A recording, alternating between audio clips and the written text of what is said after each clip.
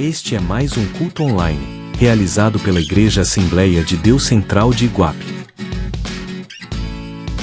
Domingo, às 8h30. Escola Bíblica Dominical.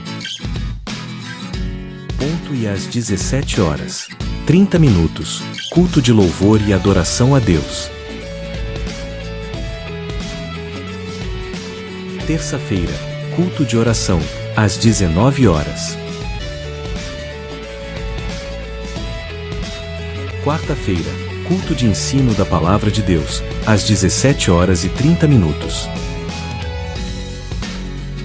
Aos sábados a partir das 18h, culto online. Nosso endereço: Rio 9 de Julho, 169 Iguape, SP, Brasil.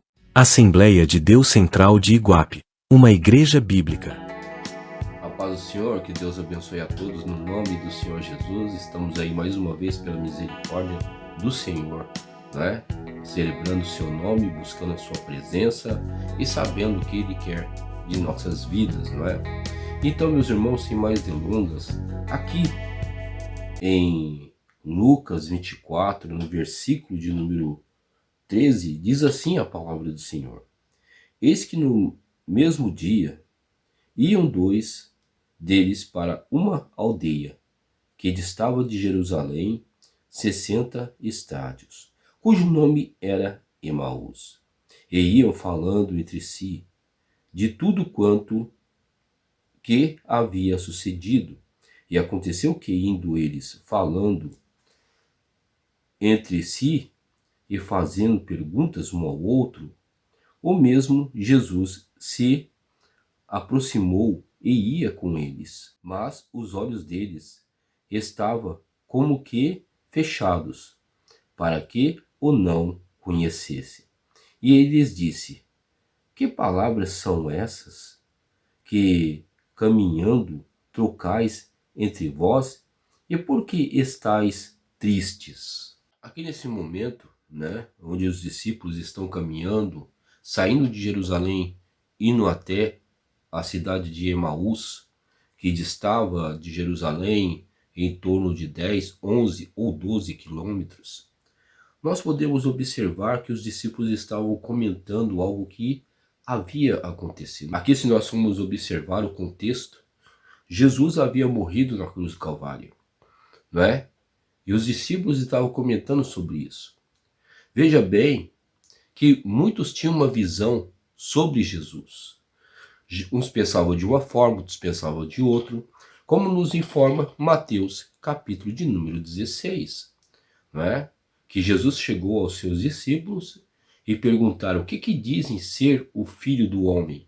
Uns dizem que o Senhor é um profeta, outros dizem que o Senhor é João Batista que ressuscitou, outros dizem, né? Então, havia ali várias ideias com relação aos seguidores de Jesus Cristo.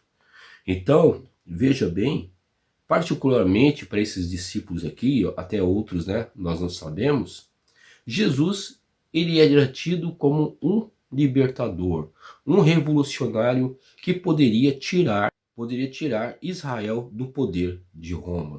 Assim muitos tinham essas concepções, porque Jerusalém, porque nós vemos ali que na Judéia, né, era alvo de várias rebeliões. O próprio Gamaliel, em Atos capítulo 5, versículo 34, 36, 37, nos fala sobre duas rebeliões. Uma de Teudas e uma de Judas o Galileu, né?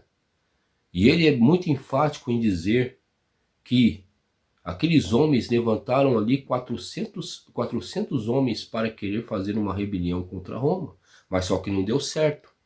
Então veja bem que o povo de Israel, os judeus, eles estavam querendo se libertar de Roma.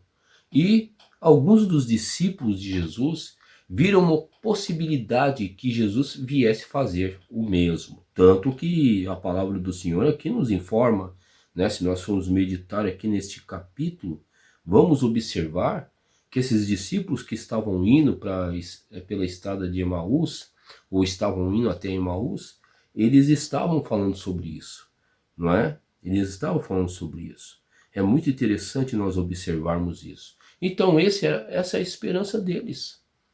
Tá certo, meus irmãos, que naquela época a opressão era muito forte, os impostos eram altos, né? O povo estava passando fome, não é? Nós observamos que Roma estava cobrando muitos impostos. Além disso, havia ali havia, né, os publicanos que, além dos impostos, cobravam uma taxa a mais para querer embolsar, não é? E por isso que eles eram odiados. Então nós observamos, né, que além dos romanos serem odiados, também existia quem? Existia ali os publicanos e também os samaritanos, que eram odiados pelos judeus, não é? Então, veja bem que o negócio ali estava muito feio demais. E eles viram em Jesus uma possibilidade de libertação do Império de Roma, não é? Então, nós vemos que Jesus morrendo na cruz do Calvário, eles, na verdade, ficaram muito desolados, ficaram tristes, né? Pensando, poxa, agora a nossa esperança se foi mais uma vez, né? E agora, o que nós vamos fazer? Vamos continuar debaixo da autoridade de Roma? Vamos continuar passando por sofrimentos? É isso que eles estavam imaginando, não é? Eles estavam imaginando com relação a isso. E o coração deles estava se enchendo de tristeza, enchendo de tristeza, enchendo de tristeza. Estavam comentando um com o outro, estavam fazendo réplicas, estavam ali querendo achar o porquê que aquilo aconteceu. Poxa, se Jesus era tão poderoso assim, ele ressuscitou mortos, ele pegou, abriu os olhos do cego, se ele fez o mudo falar, se ele expulsou o demônio, por que que ele morreu? Por que que ele morreu? Então, vários questionamentos subiram nas suas mentes, não é? E assim é conosco, né? Vamos trazer para a nossa realidade. E assim é conosco, não é? Parece que Jesus para nós, parece que ele morreu, parece que não vai fazer mais nada, parece que ele ficou no sepulcro, não é? Parece que a nossa esperança se esvairiu, não é verdade? Não é assim que acontece? Não é? É assim que acontece. Parece que tudo não vai dar mais certo, e vem subindo coisas na nossa cabeça, e o diabo vai colocando, a nossa esperança parece, a nossa fé vai diminuindo em Deus, sabe? E aquele negócio todo. Nós sempre procuramos uma forma de querer fazer a nossa vontade. Sempre queremos, né, fazer a nossa vontade. Ai, porque eu queria isso, queria aquilo outro e não consigo, porque para mim não dá. Você está entendendo, meus irmãos? Mas observe bem que até mesmo Jesus chegou perto deles. Eles não conseguiram reconhecer Jesus. Por quê? Porque a cabeça deles estava cheia de problemas, cheio de, sabe, questionamentos. O porquê que isso aconteceu, não entendendo os propósitos de Deus. Vemos em Mateus capítulo 16, né, vamos citar aqui, que Jesus ele começou quando Pedro disse assim: Tu és o Cristo, o Filho de Deus. O que aconteceu? Aí Jesus ele começou a se abrir para as pessoas ali, para os seus discípulos, dizendo que era necessário que ele padecesse muito nas mãos dos pecadores, que ele iria, né, iria passar por grande sofrimento. E o que Pedro fez? Pedro pegou e falou: Ah, Senhor, não vai acontecer isso. Ai, não vai acontecer isso. O Senhor não vai sofrer nada, porque o Senhor está se autodegladiando, que não sei o quê, né? E Jesus veio e disse: Sai-te, Satanás, porque você não cogita das coisas de Deus. Você está entendendo? Mas sim das coisas dos homens. Então, muitas vezes, nós temos um pensamento humano, né? Porque muitas vezes o diabo ele quer fazer nossa vontade para que nós venhamos sair da vontade de Deus. Está entendendo? E era isso. Jesus, ele estava ali, naquele momento, agindo como uma pessoa que tinha que expor aos seus discípulos o que ia acontecer com ele, porque era o propósito de Deus, porque senão ele não iria trazer remissão dos nossos pecados, né? Então o propósito de Deus é muito maior do que nós imaginamos, e os discípulos aqui na estrada de Emaús não estavam compreendendo, né? Não estavam compreendendo aquele propósito de Deus na vida de Jesus, que não era simplesmente libertar o povo do domínio de Roma, mas havia algo muito pior, que é o pecado.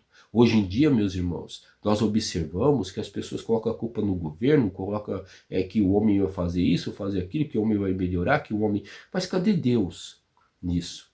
né? O homem não melhora nada porque o homem é corrupto por si mesmo, não é verdade? O homem é corrupto. O único que pode melhorar a nossa vida é o próprio Senhor e Salvador Jesus Cristo. É o único, porque existe algo que é mais destruidor, existe algo que é mais devastador, que se chama pecado. Quando nós estamos em pecado, quando uma nação está em pecado, em transgressão, não obedece a Deus, você sabe o que pode vir a acontecer? Ela vai se autodestruir, e não há homem que dê jeito, não há homem que dê jeito. Então Jesus, ele quis o quê? Ele quis, na verdade, aniquilar o foco, a raiz do problema. A raiz do problema é o pecado. Quando o pecado ele é completamente eliminado, então nós começamos a prosperar. A palavra do Senhor nos fala, bem-aventurada a nação cujo Deus é o Senhor. Então, o Senhor ele tem que ser o Senhor de uma nação, não é? O Senhor de uma nação para que ela venha prosperar. Pode colocar presidente, pode colocar fulano, pode colocar Beltrano, vai ser tudo a mesma coisa. Quando Nabucodonosor ali, ele sonhou com a grande estátua, não é? Aquela grande estátua ali que representava todas as nações, os impérios que iam passar, nós observamos que nenhum deles prevaleceu. Na onde está Nabucodonosor? Na onde está o rei da Síria? Na onde está, você está entendendo? Na onde está Alexandre o Grande? Na onde está os grandes líderes das nações? Você está entendendo? Foram completamente destruídos, acabaram o seu império. Mas só que uma coisa eu te digo, meu irmão e minha irmã, o império de Jesus Cristo ele continua, o império do Senhor continua porque ele continua reinando, aleluia, para todo sempre, e ele vai ser aquela rocha, né, que vai crescendo e destrói aquela grande estátua. Então não há império nesse mundo que possa subsistir diante do império do Senhor e Salvador Jesus Cristo. E eu e você estamos inseridos dentro desse império, né? Então observe bem que não é para nós ficarmos preocupados muitas vezes, não é para nós ficarmos preocupados questionando, ai Deus, a situação, o problema, a minha luta, a minha diversidade, é porque isso não dá certo, porque o que acontece? Nós observamos que eles estavam tristes, né? Eles estavam completamente tristes, diz a palavra do Senhor. E no versículo 18 diz aqui, respondendo um cujo nome era Cleopas, olha só, disse-lhe, és tu só peregrino em Jerusalém e não sabes as coisas que nela têm sucedido nesses dias? Olha só, ele pegou e ficou falando, né? Será que você não sabe o que está acontecendo? Parece que você está no mundo da lua, parece que você está viajando, né? Só você é peregrino aqui, só você, não existe mais ninguém, nenhum peregrino, é só você. Olha só, ele começou a questionar. A pessoa, quando está cheia de problema, ela começa a ser uma pessoa arrogante, começa a querer atacar as pessoas, né? Começa a não ter paciência com as pessoas. É isso que Cleopas está aqui representando, né? No versículo 19 diz aqui, e eles perguntou, quais? Aí Jesus ele pergunta quais. Jesus sabia, né, o que estava acontecendo, mas é para testar eles, olha só. E eles lhes disseram, as que dizem respeito a Jesus, o Nazareno, que foi um profeta poderoso em obras, palavras diante de Deus e de todo o povo. Eles sabiam que Jesus era poderoso em obras e palavras, né? Que Jesus ressuscitou mortos, que Jesus tinha uma pregação forte, você está entendendo? Que ele tinha autoridade. Eles sabiam, mas olha só, continuando no versículo 20, e como os principais dos sacerdotes e os nossos príncipes entregaram a condenação de morte e o crucificaram. Olha só, meus irmãos, né? Então isso aqui era a vontade de Deus. Aí diz aqui no versículo de número 21, e nós esperávamos que fosse ele o que remisse Israel. Mas agora, com tudo isso, e já hoje é o terceiro dia desde que essas coisas aconteceram, né? Aí no versículo 22, é verdade que também algumas mulheres dentre nós nos maravilharam, as quais de madrugada foram ao sepulcro. Versículo de número 23. E, não achando o seu corpo, voltaram dizendo que também tinham visto uma visão de anjos que dizem que ele vive. Versículo de número 24, diz assim a palavra do Senhor. E alguns dos que estavam conosco foram ao sepulcro e acharam ser assim como as mulheres haviam dito, porém não viram. Olha só. Então aqui nós observamos, né, que as mulheres testificavam para os discípulos, para esses discípulos aqui, as mulheres testificaram para todos os discípulos que Jesus ele não estava no sepulcro. Os anjos falaram para as mulheres e as mulheres passaram para os discípulos. E veja bem que Cleopas, junto com outro discípulo, não creram, porque eles ficaram com a cabeça cheia de problemas, cheia de lutas, cheia de adversidade, né? Ficaram pensando que Jesus ia fazer alguma coisa, e nós não devemos, meus amados, viver debaixo de expectativas, né? As expectativas são muito perigosas, porque nós vivemos debaixo de expectativa que tudo vai mudar, colocamos nossa fé em governo, colocamos nossa fé em pessoas, colocamos nossa fé, sabe, em uma série de coisas, e de repente aquilo não sucede de acordo com aquilo que nós achamos que ia acontecer, não é? De repente acontece diferente, não é? Acontece segundo os propósitos de Deus. E nós muitas vezes ficamos o quê? Ficamos completamente desanimados e até perigoso, né? Nós caímos da fé. Porque esses homens aqui, eles na verdade estavam saindo de Jerusalém, eles não estavam junto com os outros discípulos em Jerusalém como deveria ser. Não, talvez eles queriam desistir de tudo. Ah, eu vou desistir de tudo, porque Jesus agora ele morreu, a nossa esperança se esvaiu. Ah, porque agora minha vida não vai mudar. Ah, porque tem muita gente que pensa dessa forma. Se você acha que a sua vida não vai mudar, você está pensando no quê? No que você está baseado? Em que problema? Em que luta? Em que adversidade? O que está acontecendo na sua vida que você acha que Deus não pode realizar um milagre, não da forma como você, não da forma como eu, como nós queremos, mas da forma como Deus quer, não é? É isso que aconteceu. Olha só. E muitas vezes, olha só o que Jesus responde no versículo de número 25, olha só. E ele disse: nécios e tardos de coração, para crer tudo o que os profetas disseram.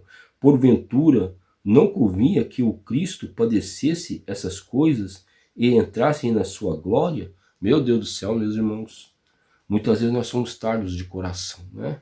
Tardos de coração, nécios, né? Nós somos nécios, porque Jesus ele fala aqui, nécios para crer tudo o que os profetas disseram. Será que nós estamos crendo naquilo que os profetas estão falando para nós? Será que nós cremos na palavra de Deus? Estamos deixando de crer na primeira de todas as profecias, que é aquilo que o Senhor deixou para nós? Será, meu irmão? Será, minha irmã?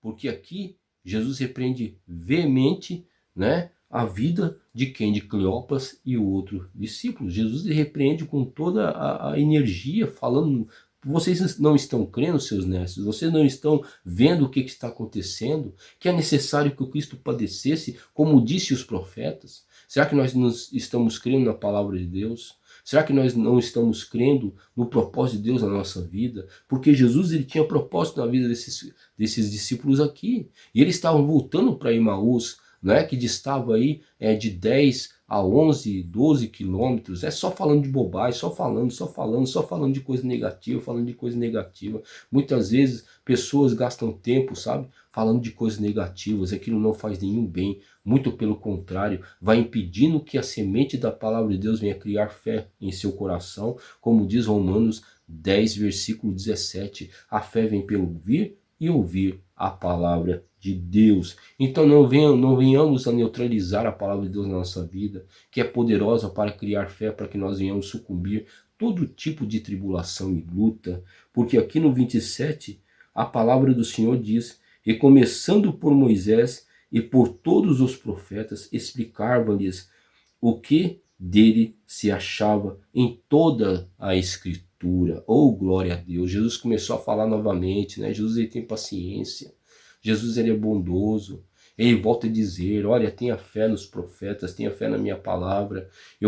Ele começou a ir de Moisés até passar por todos os profetas, né? Dizendo, né, que existe sim esperança, que ele é a nossa esperança, que o problema muitas vezes é o pecado. Não adianta a gente ficar achando problema nisso, naquilo outro, né? As coisas são imperfeitas, mas quando nós buscamos a vontade de Deus, as coisas começam a acontecer, os milagres de Deus começam a acontecer. É isso que Jesus está falando. Creia em mim, creia no meu sacrifício, creia que eu sou Cristo, creia que eu possa mudar a sua vida. Olha só, e diz aqui, e chegando à aldeia para onde iam, e eles fez como quem ia para mais longe, e eles os constrangeram, dizendo, fica conosco, porque já é tarde, e já declinou o dia, e entrou para ficar com eles. Olha que coisa linda, né, meus irmãos? Olha que coisa linda.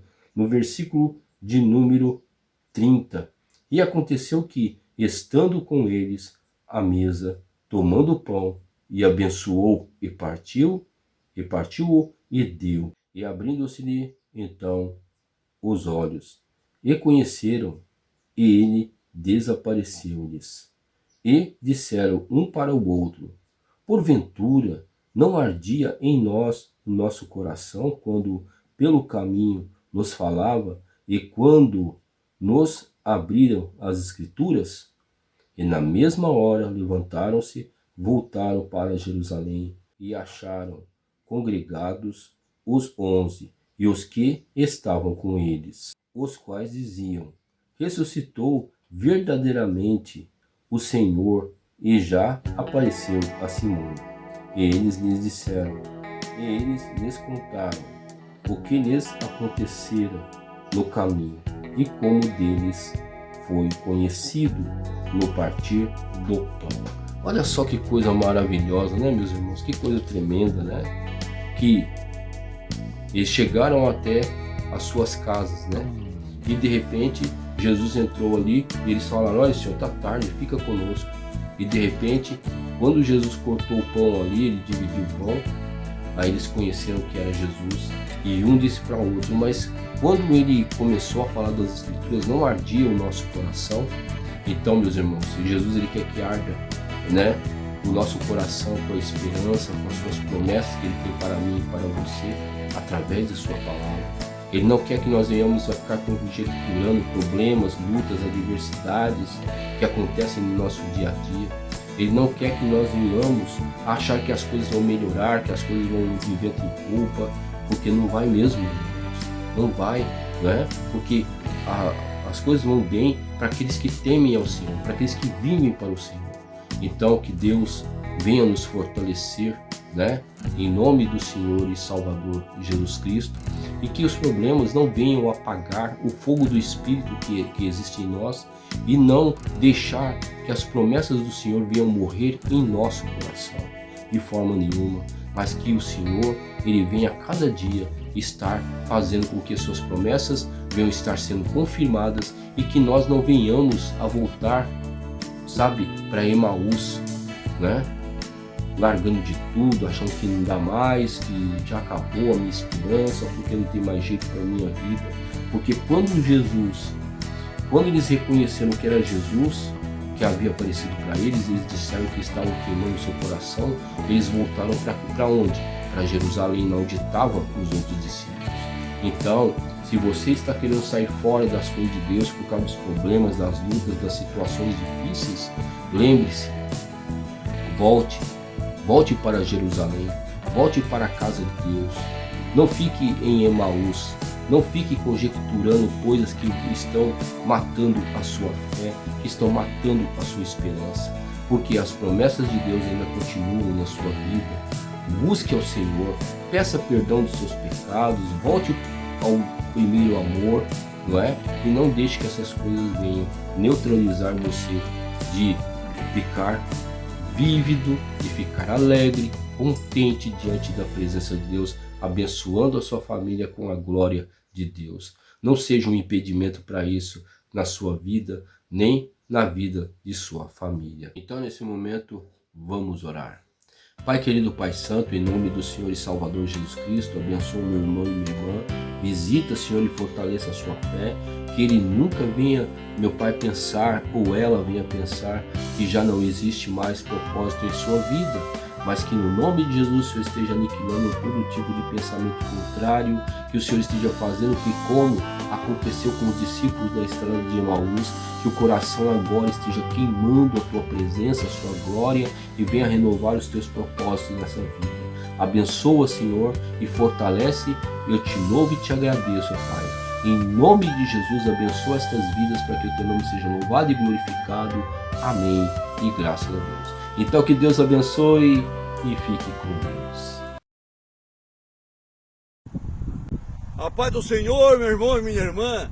Graças a Deus por mais esta oportunidade que o Senhor nos concedesse com vida, com saúde, com paz. Mas graças a Deus Deus permitiu essa oportunidade onde podemos estarmos aqui caminhando, conversando com os amigos e também, sobretudo, falando das coisas de Deus que nos alegram, nos incentivam e aumenta a nossa fé. Graças a Deus, meu irmão, minha irmã, você tem que confiar em Deus, confiar na sua palavra, confiar naquilo que Ele tem falado para mim e para você, porque Ele tem palavras de vida eterna, palavras que podem transformar qualquer situação, podem mudar qualquer circunstância. Esse é o nosso Deus, o Deus Todo-Poderoso. A Ele toda a honra e toda a glória, em nome de Jesus Cristo. Neste dia, meu irmão, aproveite a vida, desfrute dos momentos com a sua família, com seus amigos e, sobretudo, não se esqueça da casa do Senhor. A minha casa será chamada Casa de Oração. Alegrei-me quando me disseram: vamos à casa do Senhor. Aleluia. O salmista é sábio.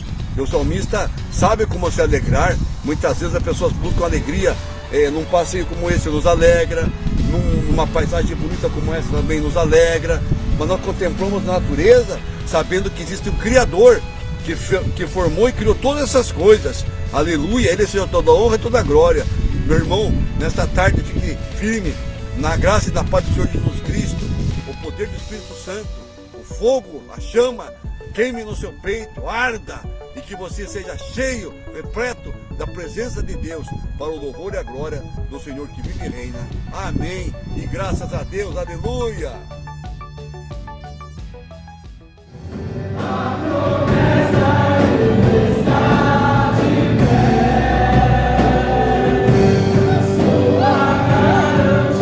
Abençoe, que o rosto do Senhor resplandeça sobre ti e tenha a bênção do Senhor sobre a sua vida, sobre a sua família, e fique na graça e na paz do Eterno. E Maranata, ora vem, Senhor Jesus. Assembleia de Deus Central de Iguape tem feito a sua parte em anunciar o Evangelho do Senhor Jesus Cristo. Por isso convidamos você a participar de um de nossos cultos. Domingo, Escola Bíblica Dominical às 8h30 e à tarde às 17h30, culto de louvor e adoração a Deus. Terça, às 19h, culto de oração. Quarta, às 17h30, culto de ensino bíblico. Sábado, às 18h30, culto online, pelo youtube.com. Nosso endereço: Rua 9 de Julho 169, Iguape, SP, Brasil. Assembleia de Deus Central de Iguape, uma igreja bíblica.